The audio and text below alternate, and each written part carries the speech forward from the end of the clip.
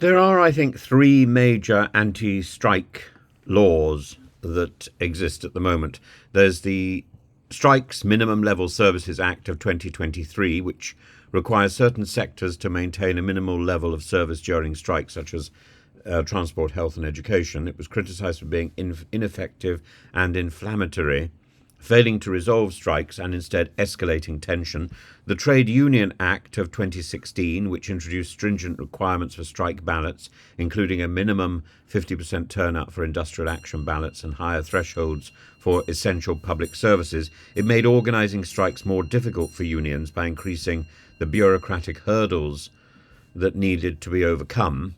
And the Conduct of Employment Agencies and Employment Businesses Amendment Regulations in 2022. This allowed agency workers to be used to cover striking workers, undermining the impact of industrial action. Its repeal is intended to strengthen the position of unions during strikes.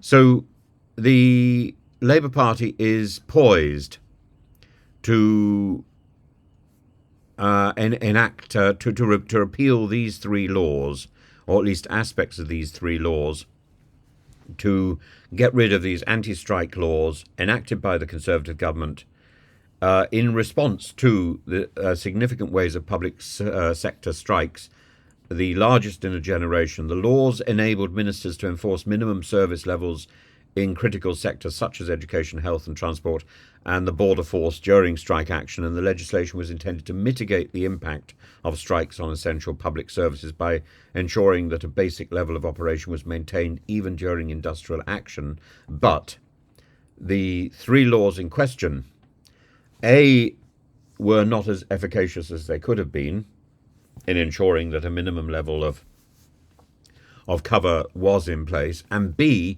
were considered to be aggressive. So despite the intent behind the legislation, the three laws were met with widespread criticism and were never actually utilised in the way that they were intended. So the best thing to do from any point of view is to repeal them, to get rid of. It's not the only laws that should be repealed. The Rwanda laws, those three laws about Rwanda, should also go. That's the Nationality and Borders Act, the Illegal Immigration Act, and the Rwanda Act. Those three are useless. And to leave laws on the statute book, Keir Starmer is quite right about repealing these three fairly useless but incendiary anti-strike laws.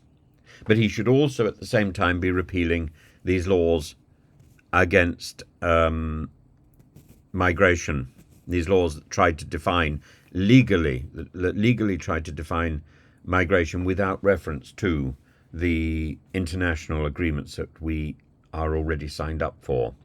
And by the way, really, I get so tired of people quoting the 1951 refugee agreement here, and saying that people should be coming, should only come to the first safe country, should claim asylum in the first safe country, under the understanding that we have in this country of law. Law is based, at least in part, on case history, and the case history that is linked to the 1951 Refugee Convention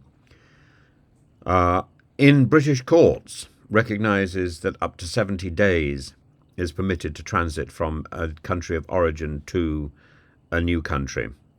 And it's British lawmakers who have put into action that idea. And so those are armchair lawyers who simply go back to the Refugee Convention and say, look, this is what it says, are not looking at the case history that underpins that interpretation. So it really is important to put your legal hat on, to do some research, and these sort of sententious things, which often accompanied by telling me that I'm stupid or that I don't know what I'm talking about.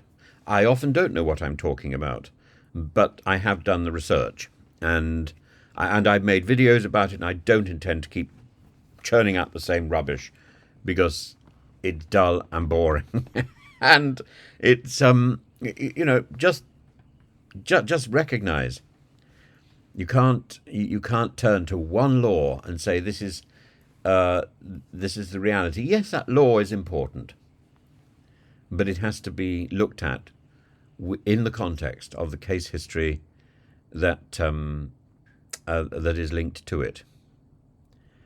And and this is why it's so important to repeal laws which don't work, because otherwise they muddy up that case history. They muddy up the legal process, even if they aren't actually used up till now. They are there. Other things I think that the present government should now do is sort out the issue of bikes on pavements. The last few days in Rugby, I've been almost run over every time I've gone out of my house by somebody charging down the pavement on a bike, and not just children, adults who are quite abusive when you ask them to use the road. And what's so ironic in Rugby is where there's a cycle path on the pavement specifically defined.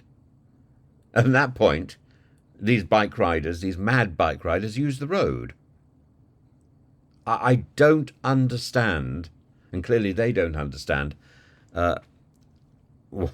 what is going on. At what point did people decide that the pavement was preferable and that they had a right of way on the pavement? They don't. So to go back to the issue here, employers in the affected areas with these sort of earmarked areas of essential work argue that forcing employees to work during strikes would exacerbate industrial disputes rather than resolve them. And Saffron Codery, the Deputy Chief Executive NHS Providers, highlighted that the laws didn't address the underlying issues that prompted the strikes in the first place, such as dissatisfaction with pay, working conditions, and increased demand. And this sentiment was issued by various union leaders and stakeholders who view the laws as detrimental to industrial relations without providing any tangible solutions to the core problems. So Labour has confirmed that it will repeal these anti-strike laws, and this will be a component of a broader bill aimed at enhancing workers' rights, which it plans to introduce by the end of October. Angela Rayner, the Deputy Prime Minister, has emphasised that the repeal is the first part of our plan to reset industrial relations so that they are fit for a modern economy. This legislative move is part of Labour's plan to make work pay, which aims to strengthen the influence of trade unions in the workplace to ensure fairer working conditions. And I hope from that point of view, this will also touch on unions like Equity, so that Equity will now feel obliged to represent people in across television and the arts, particularly people in reality TV. And so far, Fleming has been fairly dismissive of their participation in the Actors Union, Actors and Performers Union. The Equity took over the union of the Variety and Artistes Federation in the 1960s, which certainly would have covered reality TV performers. And Labour's initiative to repeal the anti-strike laws coincides with a High Court ruling that struck down separate regulations allowing employers to use agency workers to replace striking employees. Thus, the specific regulations in those three acts don't work anyway. They require legislative repeal, or at least legislative modification. But I think Labour's agenda extends beyond these immediate changes. The party also has committed to repealing the 2016 legislation which imposed stricter legal requirements on staging strike actions to make it more challenging for unions to organise lawful strikes. That may also be a better option. Certainly, it needs to be reviewed. And the decision to repeal these laws is seen as a move to improve industrial relations and address the root causes of worker dissatisfaction. Nicola Ranger, General Secretary and Chief Executive of the Royal College of Nursing, supported the repeal, stating it was absolutely right to eliminate measures that were harmful to industrial relations and did nothing to advance patient care. The Labour government's approach also includes significant pay offers to resolve disputes, as seen in the recent resolution of the junior doctors' pay dispute with the additional 1.1 billion annual cost to taxpayers. This reflects a broader strategy to invest in public sector workers and address their concerns directly. The Financial Times this morning did quite a lengthy article about this. It was most interesting and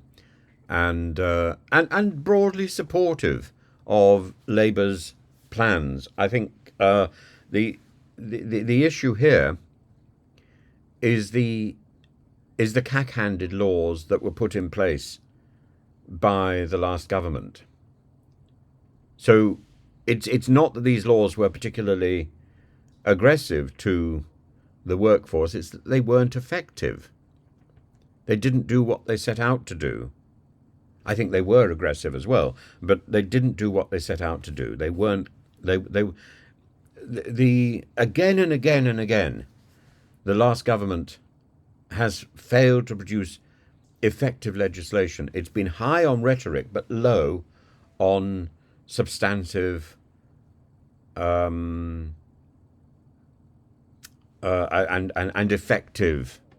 effective strategy. The same, I'm afraid, is true about migration. Those laws need to go. So Labour aims to foster a more cooperative and constructive environment between employers and employees, and this approach could lead to a more sustainable solution to industrial disputes and improve overall worker satisfaction. But the financial implications of increased public sector pay deals, estimated at the moment at an additional 9.4 billion for 2024 to 2025, poses challenges for fiscal management and budgetary planning.